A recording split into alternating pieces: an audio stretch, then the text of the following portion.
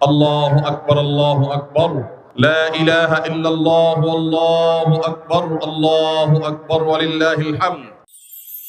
تقبل الله منا ومنكم عيد مبارك علينا وعليكم.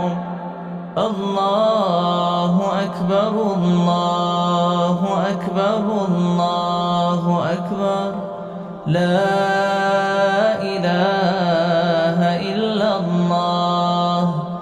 الله أكبر، الله أكبر، ولله الحمد. যথেষ্ট দায়িত্বশীল হতে হবে ব্যয়ের ক্ষেত্রে।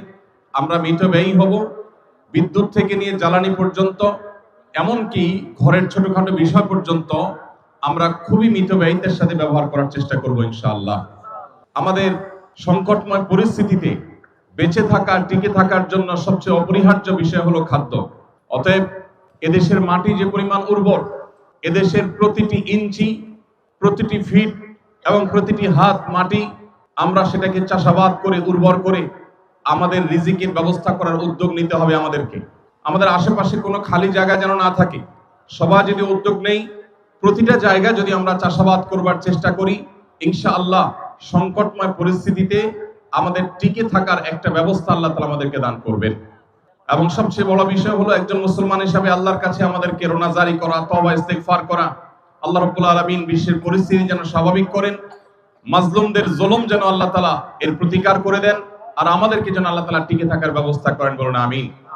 ঢাকা শহরের মধ্যে এরকম একটা খোলা মাঠে ঈদের আয়োজন আমাদের আনন্দকে অনেক বেশি বাড়িয়ে দিচ্ছেন। আমি আমার আব্বুর সাথে আসছি, আর এখানে এসে আমার খুব ভালো লেগেছে। খুবই আনন্দদায়ক পরিবেশ, যেখানে বাচ্চাদের জন্য অনেক খেলাধুলার ইভেন্ট আছে। ঢাকা শহরের মধ্যে একটা খোলা মাঠে ঈদের নামাজ আদায় করা সত্যি এটা খুবই আনন্দদায়ক ব্যাপার।